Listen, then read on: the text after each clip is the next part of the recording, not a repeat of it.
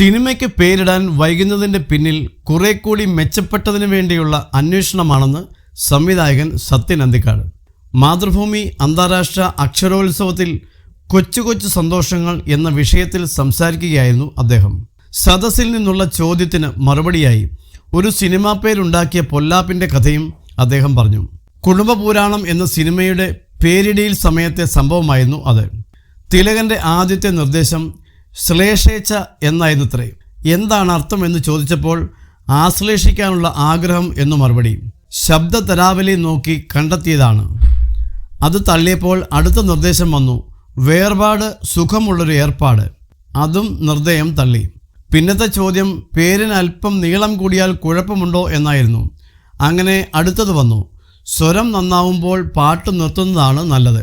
ഇത് കേട്ടപ്പോൾ KPC ലളിത പറഞ്ഞു, നിങ്ങൾക്കതാണ് നല്ലത്, സിനിമയ്ക്ക് പക്ഷേ വേറെ പേര് നോക്കണം.